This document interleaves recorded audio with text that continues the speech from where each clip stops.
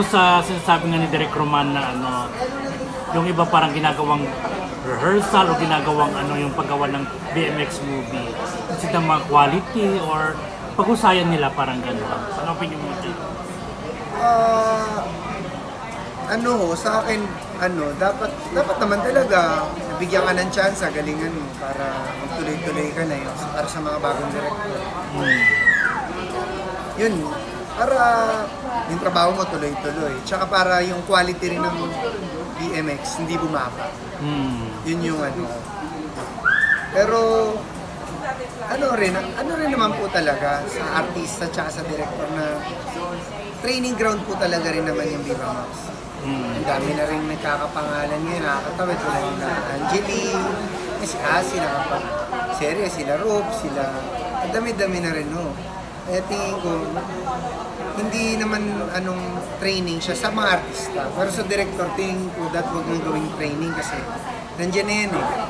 Hindi katulad ng artista, parang maintindihan pagbago. Tsaka yan na yan, hindi na mawawala yan. Nakamarka na yan dyan. Sa app na. Dapat talaga, bago nga siguro sumabak yung mga director, handa sila, mag-aralan nila, para sa amin din, para mga artista ng Viva Max, para sa app natin, na tuloy-tuloy na lumago. Kasi international yung lakas natin. Tapos dito, hayaan natin mabash tayo. Parang Pero ikaw ano yung mga pinaka-favorite mo na tatlong pelikula mo sa BMX? At anong pinagsisihan mong ginawa sa BMX? Yung sa pagsisihan, hindi pwede eh. Okay. Baka may director na pagkalit sa akin eh. Okay.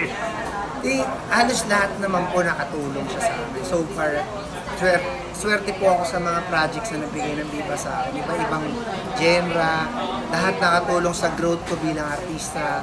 Kaya tingin nila ready na ako dito sa mainstream. Pero ang masasabi kong isa sa mga umano sa akin, siguro bilang growth na lang na artista, hindi ko nasabihan kung ano yung mga sumikat. Sitio Diablo yung una. Kaya dahil sa Sitio Diablo, kaya siguro nandito ako ngayon sa top. Pansin yung acting mo. Tsaka sa action. Pero yung sa acting ko, sa Salakap, drama. In fairness. Doon po sa Salakap. Yun pinaka-challenging na dramang movie ko. Tapos, siguro, yung pinaka-binigay na break sa akin ng Viva na Boy Kalda. Ayan, binasi ko lang po sa mga yung importance nila sa kasi hugot dati. Yun yung unang Super League ko eh. Bali, yun, Boy Kalda kasi All-Star kasi, parang napakalaking movie na pinagkatiwala sa akin. Na-touch lang ako din. Comedy siya, first comedy ko. So yun nga, si Sitio Diablo dahil doon ako napansin sa action. Tsaka yan, sa Lakap.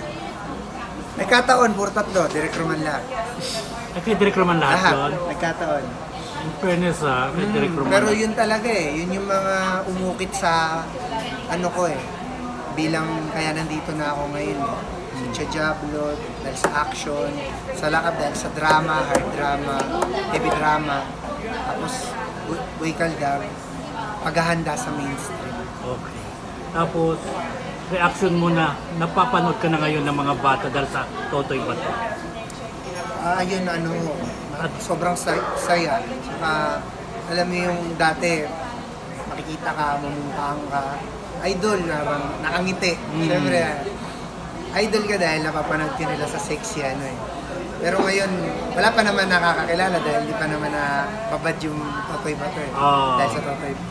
Yung idol ka na nila dahil nakikita nila may dala kang baril. Dahil sa ganong idol ka ng mga bata na matatanda. Parang yung pagtingin nila paghanga nila sa mga nasa batang Quiapo. Yun yung po yung nilulook forward ko. Na so far, ito na talaga yung plano ni Boss Vic sa akin, puro action. Gagalingan ko palalo at kung yung ginawa ko dun sa sitio, sana ma-duplicate ko dito naman sa teleserye. Sa Totoy Bato. Sa Totoy Bato naman. Para ganun din maging impact ko. Para sa mga tao. Para gusto ko maging another inspiration na galing sexy. Umawit sa action. May mga kamag-anak ka ba umahal sa buhay na parang proud ka na niyayaya sila? "Ay, at least dito mapapanood yun na ako talaga na ano." Sa lugar ko, kasi before, proud naman sila kahit Viva Max pa. Pero hindi nila ma-share basta-basta. Siyempre yung mga bata, mga hindi. bata. Pero proud naman sila. Doon naman ako, kahit yung Viva Max pa lang, mga kamag-anak ko, mga taga doon sa amin, proud naman. Tapos, natawag ako Viva Max King. Ako naman proud din naman kasi kahit naman sabihin mo sexy yun, pinaghirapan mo naman. True. Pero mas mas sa ngayon, yung pagka-proud ko sa Viva Max King tsaka dito support ako sa action, antay pa lang naman sa akin. Siguro pag talagang nag-level up na ako dito sa mainstream na parang nandun na sa kalibre nila Diego, yun talaga mas maano. Siyempre pagtatrabaho ako.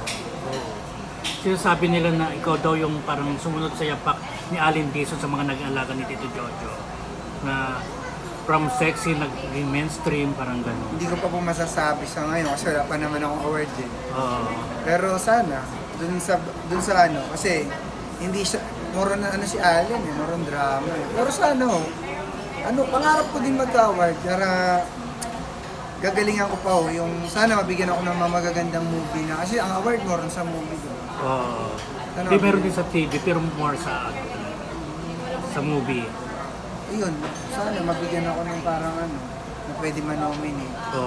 Ayun. Na-challenging talaga na. Na-challenge.